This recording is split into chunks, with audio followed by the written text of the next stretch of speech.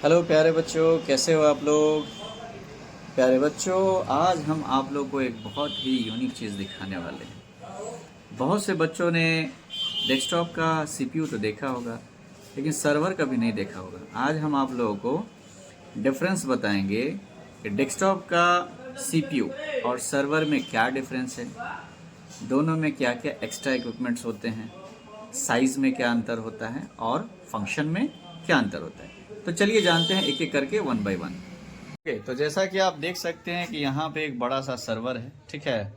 और इनके बारे में कुछ बताइएगा आप। जी हेलो दोस्तों, फिर से स्वागत है आपका डीटीएच कंप्यूटर के ऑफिशियल वेबसाइट पे। और जैसे कि आज मेरे पास एक बड़ा सा सीपीयू आया हुआ है जो कि सर्वर की यूज़ में भी किया जाता है और कुछ बड़े काम के लिए भी किया जाता है, जैसे ग्राफिक्स या गेमिंग। यहाँ पे हम थोड़ा सा रोकेंगे। ये हमारे डीटीएच के रिपेयरिंग और सेल्स डिपार्टमेंट संभालते हैं, ठीक है।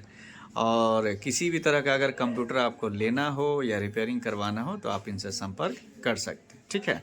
अब ज़रा इनको बताना है। तो जैसे कि ये देख सकते हैं, ये इतना बड़ा सीपीयू। अब बहुत लोग बोलेंगे कि पहले तो जैसे मदरबोर्ड हमको ये टाइप का मिलता था, अब इसमें ये वाली जो बड़ी वाली सीपीयू है, इस दोनों में क्या डिफरेंस है। बड़ी को क्या बोलते हैं?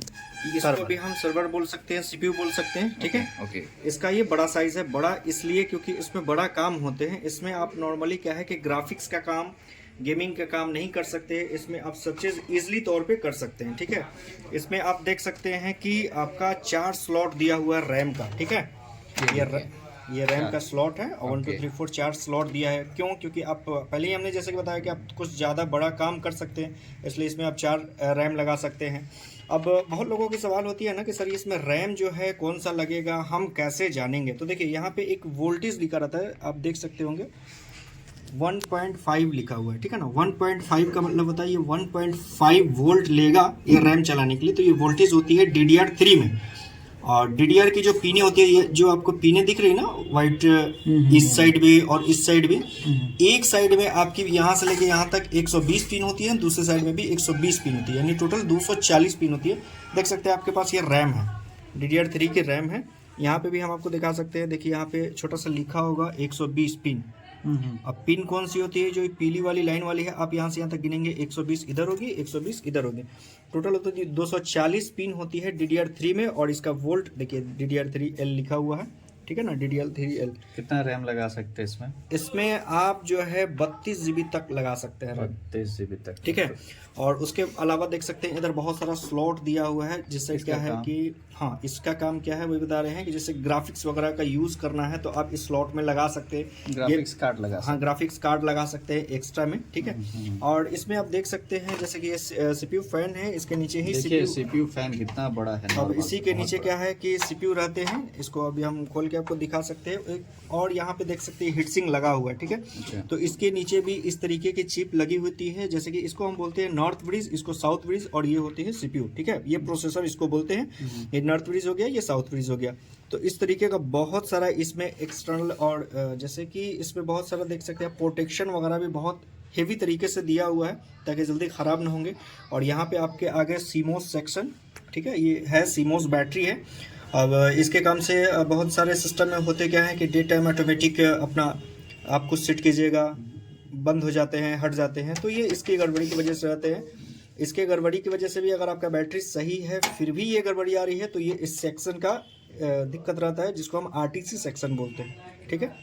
तो और ये बड़ा सा क्या दिख रहा है? ये जो है आपका SMPS है, ठीक है। बहुत सारे काम, इसका काम होता है। इसमें देख सकते हैं यहाँ पे 2 केबल निकल गया, एक यहाँ पे एक यहाँ पे। इसको एक बोलते हैं ATC एक CPU के लिए होते हैं और एक पूरे मदरबोर्ड के लिए, मतलब ट्रांसफार्मर की तरह काम करता है ना। ये जैसे ना कि इसमें हम जो डायरेक्ट यहाँ से आपकी करंट आती है, जो ये पावर केबल इसमें लगती है, तो इसमें 220 वोल्ट 240 वोल्ट की करंट रहती है। लेकिन हमारा जो ये प्रोसेसर जो CPU है ना, ये 240 वोल्ट पे नहीं चलती है, ये कम वोल्टेज पे चलती है वो भी। तो ये जो 240 आती है, इसमें लगा हुआ है, पावर सप्लाई लगा हुआ है, जिसको कन्वर्ट करके इसमें हमारी सप्लाई बहुत सारी आती है, 12 वोल्ट, 5 वोल्ट, 3 वोल्ट, सबका अलग अलग काम होते हैं ठीक है ना। एक जो ये वोल्टेज डायरेक्ट जो आती है ना, यहाँ पे जैसे कि देख सकते हैं आप 2 वोल्टेज निकल के आ रही है। तो एक जो है पूरे मदरबोर्ड के सप्लाई के लिए काम करती है, दूसरा जो ये निकल के आ रही है ये सिर्फ CPU प्रोसेसर के लिए काम करती है। तो इसको ATC CPU बोलते हैं, इसको मदरबोर्ड का ATC बोलते हैं, ठीक है। इसके बाद यहाँ पे आप देख सकते हैं बहुत सारे पैनल लगे हुए हैं। इसको आप ये क्या है ना कि हार्ड डिस्क में आपका कनेक्ट करने के लिए SATA केबल हुआ, यहाँ पे SATA कनेक्टर बहुत सारे दिए हुए हैं। तो इतने सारे देने का रीज़न यही है कि हम बहुत सारे हार्ड डिस्क भी लगा सकते हैं, SSD भी लगा सकते हैं, CD ड्राइवर भी लगा सकते हैं। देख सकते हैं यहाँ पे इसमें DVD राइटर वगैरह भी लगा हुआ है। यहाँ पे ये DVD राइटर, हाँ ये DVD राइटर है। यहाँ पे इसको कनेक्शन देने के लिए एक जो ये CPU से करंट निकल के आते हैं, ये करंट देते हैं। दूसरा ये SATA से एक केबल इसमें लगाते हैं। अब इसमें काम क्या होता है, डेटा ट्रांसफर कौन करता है? SATA? वही चीज़ हम आपको बता दें। जैसे यहाँ पे देखिए हार्ड डिस्क आपको जो दिख रही है, तो ये वाली जो पिन है ना, इसमें आती है आपके करंट, जो कि आपके CPU से निकल के एक पिन आती है, जो इस तरीके के पिन होती है। देख लीजिए ये पिन है। तो इसमें क्या है कि आपके करंट आती है, तो इसको करंट हार्ड डिस्क आपको देने का काम करता है। और ये जो दूसरा निकल के ये मदरबोर्ड में लगा हुआ था, एक इसमें लग गया और एक मदरबोर्ड में यहाँ पे लग गया, ठीक है। तो इसका काम क्या होता है ना कि ये मदरबोर्ड से अपना जो भी डाटा इधर उधर ट्रांसफ़र करने का काम होता है, ये SATA करती है। लेकिन इसको भी पावर चाहिए, इसलिए यहाँ पे हार्ड डिस्क को पावर दिया जाता है। और ऑलरेडी आपके मदरबोर्ड में पावर रहते हैं, इस वजह से दोनों डाटा ट्रांसफ़र होते हैं। ये दो क्या दिख रहा है यहाँ पे? ये जो दोनों हैं आपके हार्ड डिस्क लगे हुए हैं, ठीक है ना। तो ये आपके डबल हार्ड डिस्क, हाँ डबल हार्ड डिस्क। ये WD का है। WD सबसे अच्छी कंपनी आती है, उसमें भी आपकी ब्लू WD में भी 3 4 5 किस्म की आती हैं। ब्लू आती है, सर्वलाइंस आती है। सर्वलाइंस जैसे कि कैमरा में यूज़ करती है, नॉर्मल हार्ड डिस्क है, लेकिन ब्लू आप यूज़ करेंगे तो ज़्यादा बेटर है इसके लिए।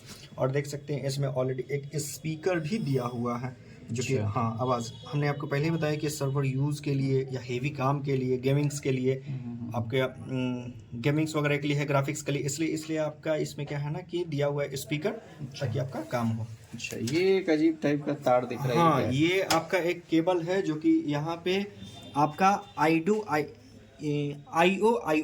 ये कनेक्शन होता है। जो पहले क्या है ना कि एक प्रिंटर आती थी, इसमें से निकल के वो कनेक्ट होते थे। तो ये पहले वाले में देख सकते हैं यहाँ पे इसका पिन दिया हुआ है, ठीक है। अब नहीं होती? नहीं, अब इस टाइप का ज़्यादा लोग यूज़ नहीं करते हैं मेनली तौर पे। अच्छा। और पहले जो हमारा, जैसे कि अभी तो देख सकते हैं ये हमारा हार्ड डिस्क, यहाँ पे हम आपको बोलेंगे दिखाने के लिए, जो हार्ड डिस्क आ रही है, इसको हम बोलते हैं SATA स्लॉट।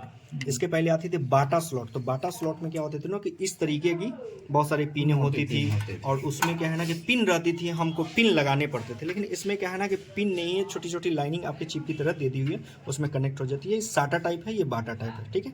और अब तो है जो लेटेस्ट में आपका वो NB, M.2, MB बहुत सारे स्लॉट आ चुके हैं हार्ड डिस्क और ये SSD वगैरह। अच्छा, इस सब के बारे में जरा बताइए, इसमें क्या क्या किसमें क्या लगता है? देखिए ये जो आपके सारे स्लॉट दिए हुए, ये USB स्लॉट है। ओके। इसमें आप कीबोर्ड माउस वगैरह कनेक्ट कर सकते हैं। ये वाली जो स्लॉट है, ये स्पीकर की है, ये माइक की है। ये वाली जो स्लॉट है, ये LAN केबल की है, ठीक है।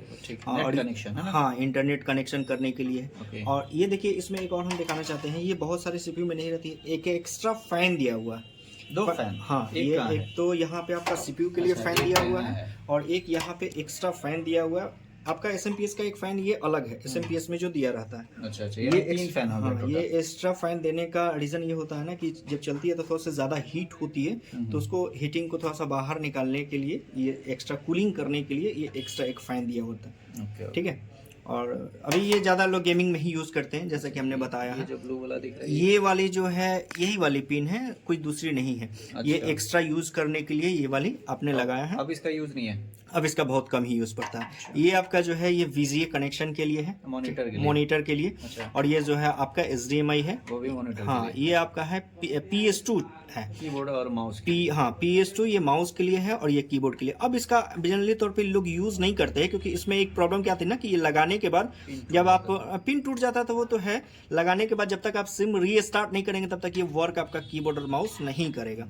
तो उसमें एक प्रॉब्लम थी, इसलिए इसका लोग यूज़ कम करते हैं। अब ज़्यादातर कीबोर्ड और माउस के लिए ये USB चैनल का यूज़ करने लगे हैं, ठीक है। तो यही थे आपके जो है CPU के बारे में थोड़ी सी डीपली। और भी बहुत सारे भी क्या प्रॉब्लम हुआ है?